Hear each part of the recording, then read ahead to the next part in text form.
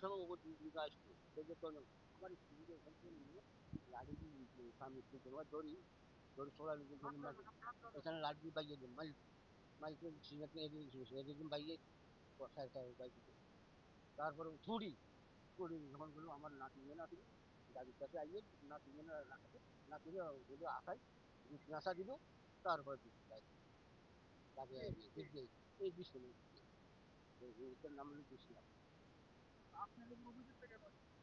না না আমার আমার আমার কে সাক্ষী কোথায় না তার কত সময় যদি মা আগে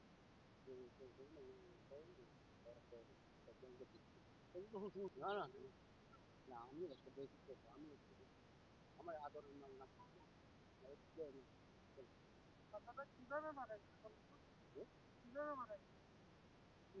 কিভাবে মারা গেছে সেটা বাচ্চা বাচ্চা মৃত্যু হয়ে গেছে আর কিভাবে মারা গেছে এবং আশাসে আশাসে বাইয়েছে একদম মারছে তো একজনে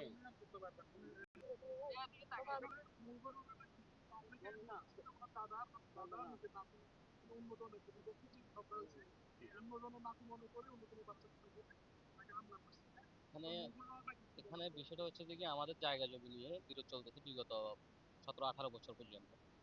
তো এটা নিয়ে কিছুদিন পর পর একজন একজনকে উস্কানিমূলক কথাবার্তা বললে কথা কাটাকাটি হয় এরকম। তো তদ্রুপভাবে আজকেও এরকম হয়েছে সকালে। তো হওয়ার পর ওরা মুরব্বীরা এক কথাবার্তার এক পর্যায়ে যায়, ওরা হাতাহাতি হয়েছে। তো হাতাহাতি হওয়ার পর ওই ওরা একটু ধাক্কাধাক্কি করার পর আমার আম্মু চলে গেছে, যেহেতু আমাদের মধ্যে পুরুষ নাই, দুজনে মহিলা। আমার বাবা অসুস্থ মানুষ, উনি উপরে ছিল বাড়িতে। তো এদের মধ্যে পুরুষ ছিল। তো যেহেতু পুরুষে একটু উল্টাপাল্টা করতেছে মারধরের বিষয়, তো আমার আম্মু চলে গেছে। চলে যাওয়াতে আমার ভাইপো, আমার ভাতিজা এই নিচে আসতেছে, না আমার আম্মুর কাছে, দাদির কাছে আসতেছে। তো আমার আম্মু চলে যাওয়াতে ও ছোট বাচ্চাটাকে পাইছে সামনে। আমার আম্মুকে ধরতে না পেরে ও এবার বাচ্চাকে নিয়ে আসাদ দিছে। 2 আসাদ দেওয়ার পর মা 2 আসাদ 3 আসাদ দিছে।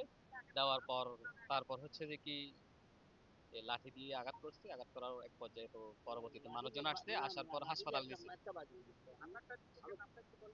মোহাম্মদ বিন ইসলাম, যার সাথে আমাদের সাথে জায়গা নিয়ে অনেকদিন পর্যন্ত বিরোধ ছিল উনি।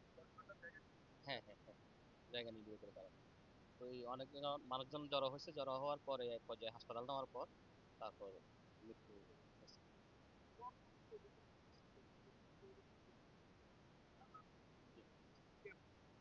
এটা সবাই মুখে বলতেছে, সবাই তো কেউ তো সামনে আসি বলতেছে না। ওরা নিজেরা নিজে বলতেছে ওই যে কয়েকজন গ্রেফতার করা হয়েছে। তো মূল আসামি গ্রেফতার এখনো করা হয় নাই। তারপরে 2-1 জন পুলিশ আসাতে গ্রেফতার করছে, এই জন্য ওদের ওদের পারিবারিক ভাবে দুই একটা কথা বলতেছে। তবে এই ঘটনার সময় এখানে কেউ ছিল না। আমার আব্বা অসুস্থ মানুষ, উনি বাড়ি থেকে বাইরে হয় না। আর আমাদের ভাইয়ের মধ্যে ছেলেও একজন আমার আব্বুর খুব আদরের নাতি। তো এতটুকু আর কি। উনি বর্তমানে মেডিকেলে আছেন। এই মারছে পুরো এটা নয় মারছে নাকি